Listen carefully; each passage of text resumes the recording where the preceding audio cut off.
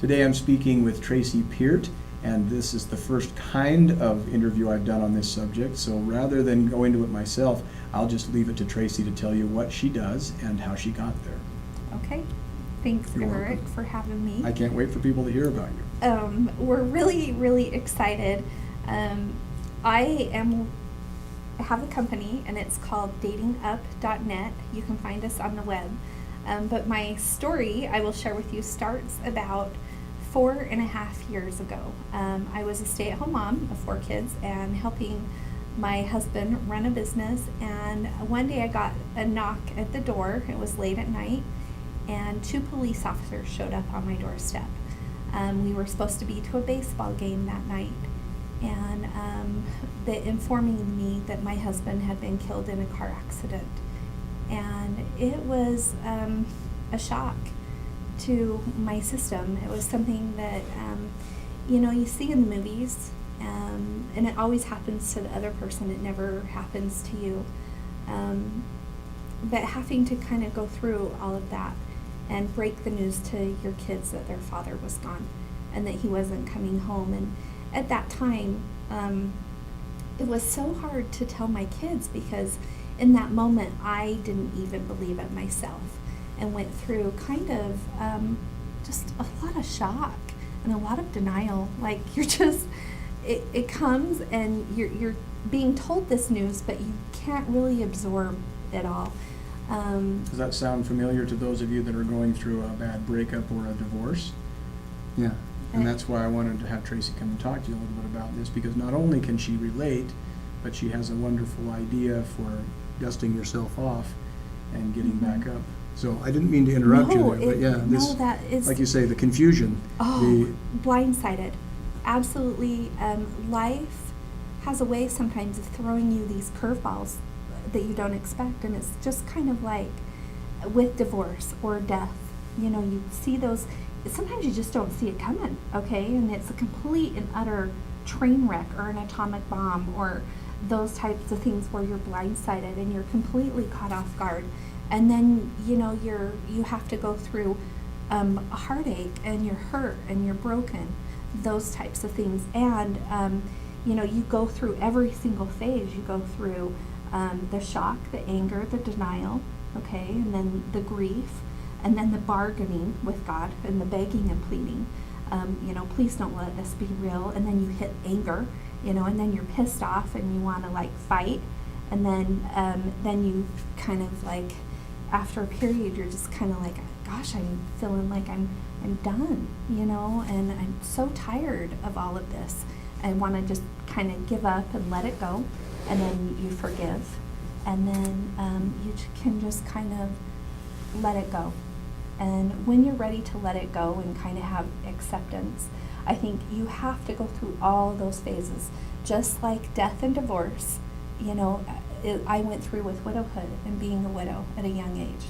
I was 38 when Sean was killed in a car accident with 4 children at home, and went through all of those phases of, and actually, I've sat down with many of my divorced and widowed friends, and we go through all of those same emotions. We haven't gone through the court and those types of things, but what we kind of experiences is a lot on the same lines. And so after I got to a space of healing and I was able to kind of forgive and just let everything go, because I found out you can't control it. It's just all this stuff is happening to you, and it's just coming at you, and you get to a place where you just need to let it go. And when you come to a place where you're actually ready to move on, and you want to move on, and your heart is healed, because there's, you don't want to be codependent and go through divorce again. Or would it be heart is healed, or at least heart is healing? It's healing. It's healing, so and you're ready to kind of take that next step forward, and And does taking that next step mean nothing can harm me now? No. In life, or do we have any guarantees in life? We have no guarantees. So if I just decide never to remarry, at least I won't have to worry about divorce, right? No. That is not the case, you know. So what is to be done? You've got this sense of betrayal. Life threw you the curveball. Marriage let you down. Whatever the situation is, how do you, I mean, should you just recklessly dive back in? No, I wouldn't Okay. say. I wouldn't say recklessly dive back in. Well, I mean, the first time that they tried marriage, most people would say, some people would admit, okay, yeah, we were young and impulsive, Yes, or we knew we were a bad fit, but we thought we could somehow work it out. But what about people that say, no, I took this seriously, I thought that I had made a good choice, I did not go in recklessly or hastily. What do you tell people? What do you say to people that would say, I miss that relationship? I liked, when my marriage was good, it was priceless, it was irreplaceable, but I don't ever want to go through the misery of divorce again. So what can they do? I've heard that a lot, actually. You know, it's not uncommon out in the dating world to meet people that have been married and divorced several times. You know, have gone through, and the one man in particular, he's been married, divorced twice, and he's like going, Tracy, I just, you know, I don't know if I want to go. I want the relationship. I miss the friendship and the companionship. I had no idea being out here in this singles space and the dating space was so hard. And I'm like, oh my God, sometimes it's terrible. When I started dating again, I was like shocked. I mean, and appalled at some of the stuff that is going on in the dating space, and it is like, it's a whole nother And world. can you give us a couple of examples of what you've experienced or others that you know that have said, whether it's a death of a spouse or a divorce, and someone says, well, I would like, I'm young enough, or I'm old enough, whatever it is, I want my children to have a step-parent, whatever the reasons are. And then what do they face? Tell me some of the things that they face. Well, some of the things that I have personally faced is I met an ex-con online. Okay. Not knowing he was an ex-con. No. Registered sex offender. Okay. And you had children. Yes, I do. Yeah. I have 4. Yeah. I met men that have been married that I thought were single. Okay, online. Yeah, they're come across, like, and you're thinking, and they're online, and you know, and ask them, okay, is your divorce final? All that kinds of thing. There's men online that are married. I ran into scammers, okay, catfishers. I've been catfished before. And a catfish, they've had him on the Dr. Phil show, is somebody that creates this online profile of that they put up fake pictures, and then you go to Not the same them. person. No, no. And I'm like, okay, who does that? That is so weird. And so here's where the punchline comes in. So what is to be done, Tracy? Okay.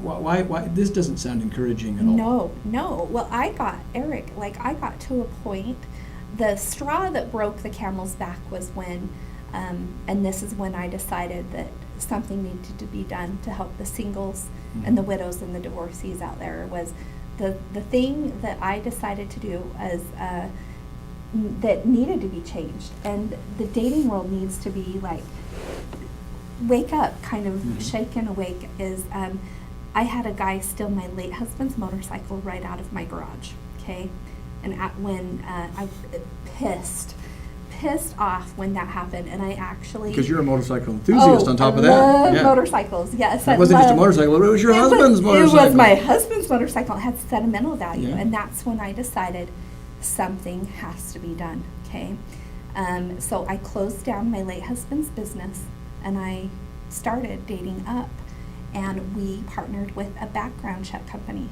where every single member of my dating site is going to be vetted, verified, and confirmed. They are real people.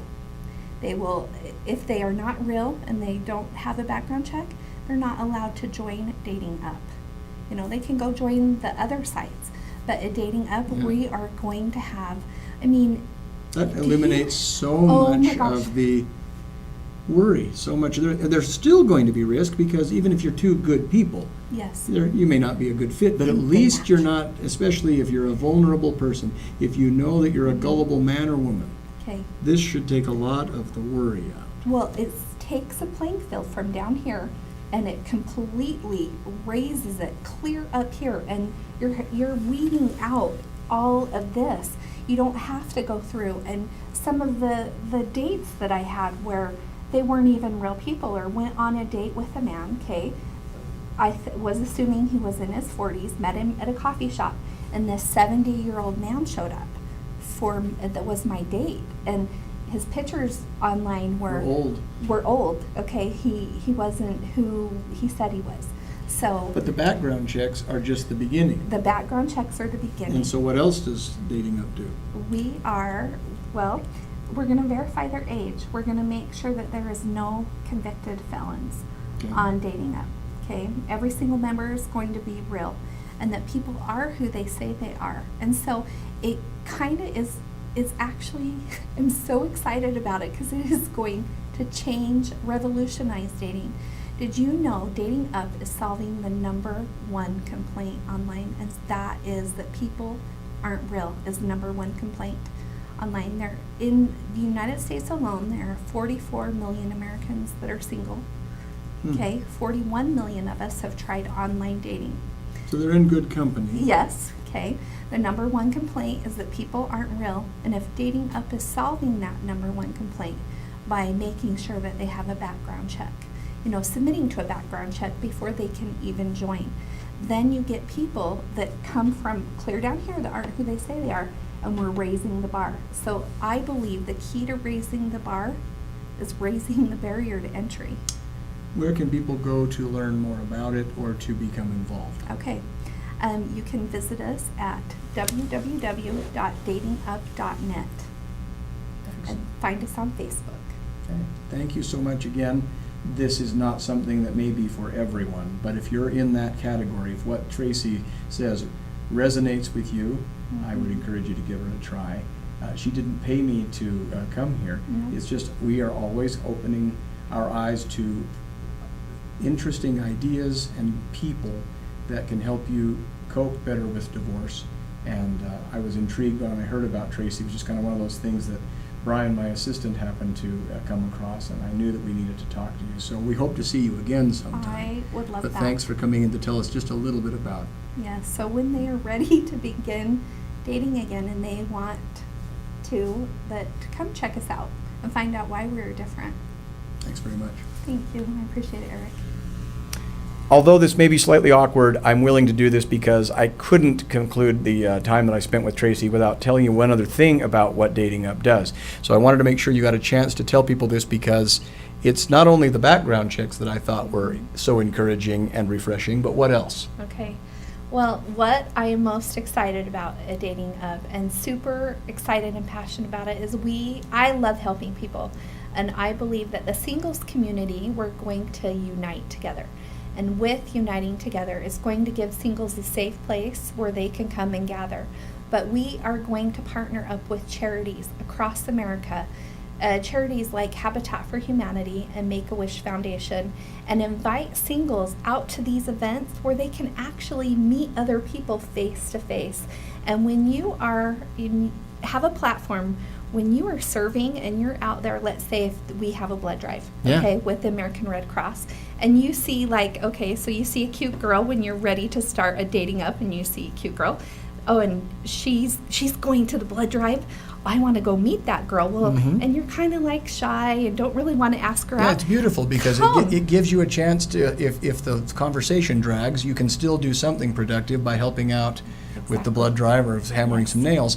And let's face it, someone who's willing to come out to a blood drive or hammer some nails, and if you are too, that's already some pretty decent compatibility. Some charity. And like-minded people. So there's a number of other things that Dating Up does that I just thought were not just merely different, but really thoughtful. And so I wanted to tell you about that too before we signed off. So for those of you that stuck around for the rest of it, then one more time, what's the name of the place where they can go online to learn more about your business? Okay, it's datingup.net. Go check us out. Go find out why we are different and why we're better. We're real people focused on real relationships, and we're all about empowering and strengthening people in the single space. Okay, thanks.